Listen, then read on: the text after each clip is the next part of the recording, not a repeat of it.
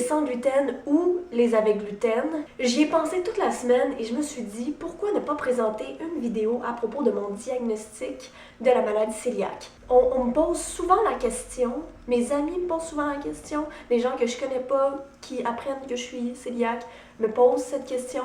Donc je trouve ça vraiment intéressant de parler de mon diagnostic et en même temps je me dis on se sent moins seul. En passant, mon nez est complètement bouché. Mes petits canaux nasaux sont complètement pleins de morve. Moi, mon diagnostic est quand même assez récent. Ça s'est pas fait du jour au lendemain, ça. Oh non, non, non. J'ai toujours eu des problèmes digestifs, mais tous les symptômes se sont aggravés et se sont déclenchés, là, c'était comme une explosion dans mon corps. Là. D'un coup, j'ai ressenti plein de symptômes que je comprenais pas. Je savais pertinemment que mon corps n'allait pas et qu'il y avait quelque chose qui se passait en moi. Tout a commencé l'année dernière. 2014-2015 en fait. Une année assez nouvelle pour moi, c'était du changement, premier appart, nouvelle école, nouvelle ville. J'ai aussi eu une pause de stérilet. Fait que même mon corps était un peu chamboulé. Tous mes symptômes ont débuté petit à petit. Environ dans le mois de novembre, j'avais une présentation de théâtre vraiment que je considérais assez importante à faire. Et je me suis déclenchée une crise migraineuse de 6 jours consécutifs. Et c'était pas juste une migraine de je vois pas, puis j'ai vraiment mal à la tête, faut que je reste couchée. Non, c'était une migraine où est-ce que je vomissais ma vie, puis j'étais étourdie, j'étais vraiment pas bien, là. Je pleurais ma vie, je regardais mon chum, puis je lui disais je t'ennuie. J'ai rencontré un médecin, en fait, pour cette migraine-là, et il m'a dit bois plus d'eau. Il m'a branché au soluté, il m'a renvoyé chez nous, puis le lendemain, j'avais une migraine pareille. Après ça l'a fait qu'empirer. Il y a eu les vacances de Noël. Et qu'est-ce qu'il y a dans les vacances de Noël? Il y a Noël, dont un party, une fête familiale avec un gros buffet merveilleux et délicieux que tu as vraiment envie de pitcher dessus pour tout manger. Et c'est ce que j'ai fait, j'ai vraiment tout mangé, là, ou presque. Le lendemain, ce que je m'attendais pas, j'ai été extrêmement malade. Et moi, j'étais certaine que c'était une intoxication alimentaire ou une gastro, tu sais, un genre de truc comme ça. Et c'est vraiment à partir du 26 décembre 2014 que tout a basculé. Mon corps me faisait la guerre. Ah, c'est de même, c'est pas cool. Après ça, qu'est-ce qu'il y a dans les vacances de Noël? Il y a d'autres fêtes, plusieurs fêtes. Et j'ai eu une autre fête familiale du côté de mon copain. Le lendemain, ça a été la même chose, grosse migraine, vomissement, ça allait pas. Après ça, il y a eu la veille du jour de l'an. Et ça, je pense que... je pense que ça a été la pire, là. La veille du jour de l'an, j'ai mangé beaucoup de fromage, j'ai mangé des pâtes, j'ai mal mangé, en gros. Puis j'ai bu un verre de champagne, puis je pense quelques gorgées de vin. Non, pas de vin, de bière. Le lendemain, je pense que j'ai vomi au moins 12 fois de la bile.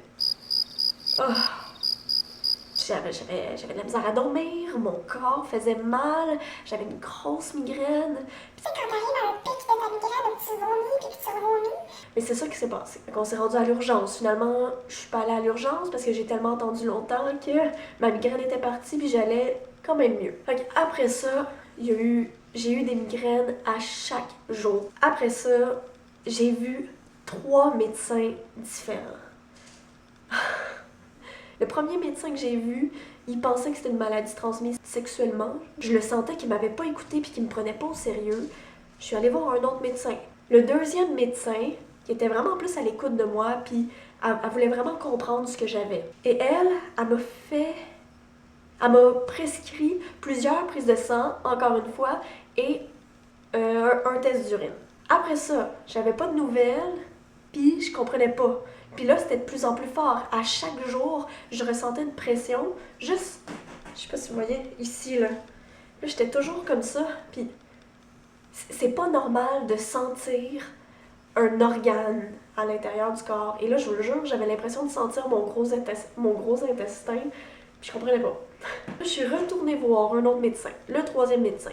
Et là, lui, il comprenait encore moins ce que j'avais. Il est allé chercher sa superviseure, qui, elle, m'avait déjà vue auparavant. Et là, elle me dit... Est-ce que ça va bien dans ta vie? Es-tu stressée? Ben oui, je suis stressée dans la vie, je suis tout le temps stressée, je suis comme ça. Mais je connais assez bien mon corps pour savoir s'il y a quelque chose qui va pas dedans. Et là, je savais qu'il y avait quelque chose qui allait pas dans mon corps. Finalement, j'ai réussi à avoir un autre test. Un test d'intolérance au lactose. Boum! Après 30 minutes d'avoir bu un gros verre avec du lactose, j'étais malade, mais pas à vomir. Mais je me sentais vraiment pas bien. En même temps, je devais aller voir ma gynécologue. Donc, je vais la voir et là, je lui parle de ces symptômes-là. Elle regarde mon dossier et elle me dit... Oh, mais ton test d'urine est anormal. T'as des protéines dans ton urine et du sang. Alors là, je fais un autre test. Je pense que j'ai fait 3 tests d'urine, puis au 3e, ils se sont dit « Ok, on va l'envoyer voir un néphrologue. » Et pendant tous ces tests-là, il y a un médecin qui a pensé à me faire un test sur les antitransglutaminants. J'ai attendu encore des mois, encore une prise de sang, mes antitransglutaminants sont plus hauts. Et là, finalement, j'ai réussi à avoir un rendez-vous avec un gastrologue. Pendant que j'avais mon rendez-vous pour la biopsie, j'ai rencontré un néphrologue pour mon urine trouble. Et lui, il comprenait pas non plus parce que mon sang était beau, je fais pas de basse pression ni de haute pression. Mes globules blancs étaient relativement corrects. Là. Mais là, je dis au néphrologue, « Ah, mais peut-être que je suis atteinte de la maladie cœliaque. » Et là, sa réaction, c'est « Fait que pour lui, ça voulait dire tout va bien aller. Je l'ai revu dans un 2e rendez-vous, puis je perdais encore du sang puis des protéines dans mon urine. Et pour lui, c'était clair que j'avais une glomérulonéphrite, donc j'avais pas besoin de faire une biopsie dans mon rein.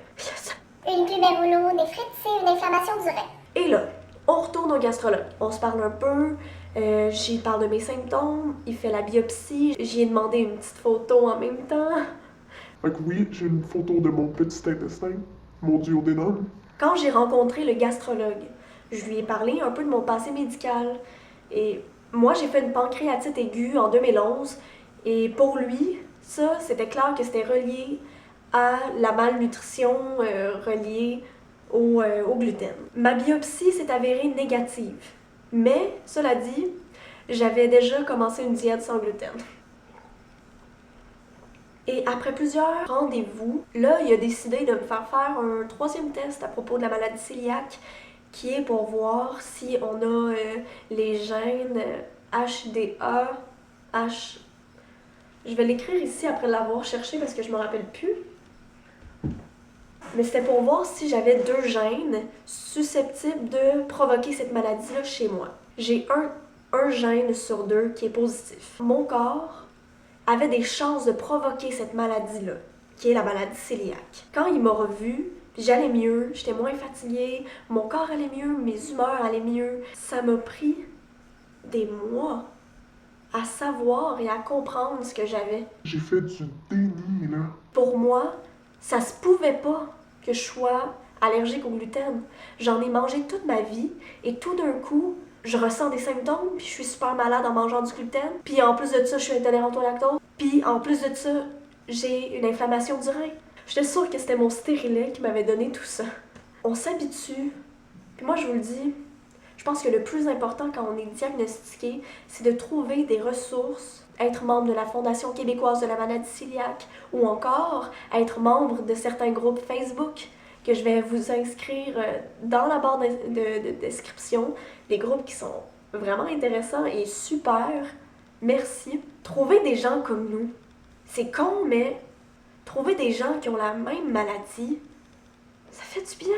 Ça fait tellement du bien. C'est se rappeler qu'on n'est pas tout seul là-dedans. Même si on semble être tout seul.